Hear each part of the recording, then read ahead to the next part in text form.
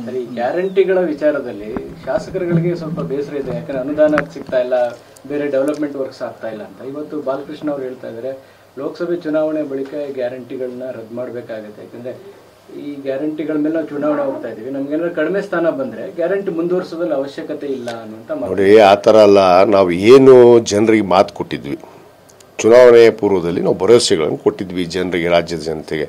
ನಾವು ಅಧಿಕಾರಕ್ಕೆ ಬಂದ್ರೆ ಏನು ಮಾಡ್ತೀವಿ ಅಂತೇಳಿ ಅಧಿಕಾರಕ್ಕೆ ಬಂದಿದ್ದೀವಿ. ಅದಕ್ಕೆ 5 ಗ್ಯಾರಂಟಿಯನ್ನು ಕೇವಲ 7 ತಿಂಗಳಲ್ಲಿ 5 ಗ್ಯಾರಂಟಿಗಳನ್ನು ಈಗಾಗಲೇ ನಮ್ಮ ಮುಖ್ಯಮಂತ್ರಿಗಳು, ಉಪಮುಖ್ಯಮಂತ್ರಿಗಳು ಪೂರ್ಣ ಮಾಡಿದ್ದಾರೆ.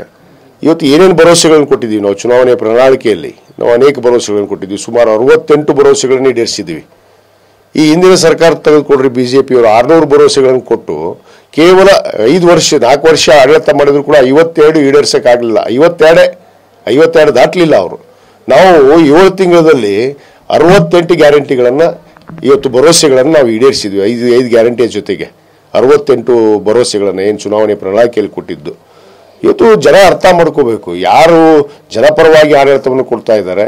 ಯಾಕಂದ್ರೆ ಈಗ ಚುನಾವಣೆಗೆ ಹೋಗ್ತಾ ಇದೀವಿ, ನಾವು ಲೋಕಸಭಾ ಚುನಾವಣೆಗೆ ಹೋಗ್ತಾ ಇದೀವಿ. ಯಾಕಂದ್ರೆ ಜನರ ಮೇಲೆ ವಿಶ್ವಾಸ ಮಾಡೇ ಹೋಗ್ತಾ ಇದೀವಲ್ಲ.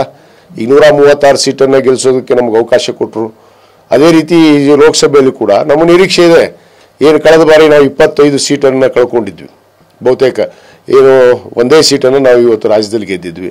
ಈ ಸಾರಿ ಆ 25 ಸೀಟ್ ಗೆದ್ದರೆ ನಾವು ಕೊಟ್ಟಿರೋದಕ್ಕೆ ಇವತ್ತು ಒಂದು ಎಲ್ಲೋ ಜನರು ನಮ್ಮನ್ನು ಎತ್ತಿ ಹಿಡಿದ್ರು ಅನ್ನೋದು ಆಗತ್ತೆ ಅನ್ನೋದು ಮಾತನ್ನು ಬಾಲಕೃಷ್ಣ ಅವರು ಹೇಳಿದ್ದಾರೆ. ಆದರೆ ಅವ್ರ ಧಾಟಿ ಬೇರೆ ಇದೆ ಅಷ್ಟೇ. ಅದು ಅರ್ಥ ಮಾಡ್ಕೊಳ್ಳೋದು ಕೂಡ ಮಾಡ್ಕೋಬೇಕಲ್ಲ.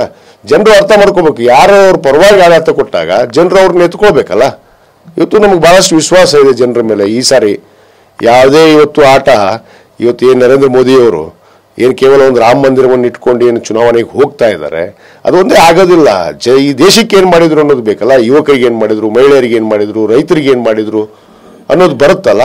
ಆ ಬಂದಂಥ ಸಂದರ್ಭದಲ್ಲಿ ಇವತ್ತು ನಮ್ಮ ಸರ್ಕಾರ ಸಂಪೂರ್ಣವಾಗಿ ಜನಪರವಾದ, ರೈತರ ಪರವಾದ, ಮಹಿಳೆಯರ ಪರವಾದ, ಯುವಕರ ಪರವಾದ ಆಡಳಿತವನ್ನು ಕೊಡ್ತಾ ಇದೆ ಅನ್ನೋ ಮಾತನ್ನು ಹೇಳಕ್ಕೆ ಇಷ್ಟಪಡ್ತೀನಿ.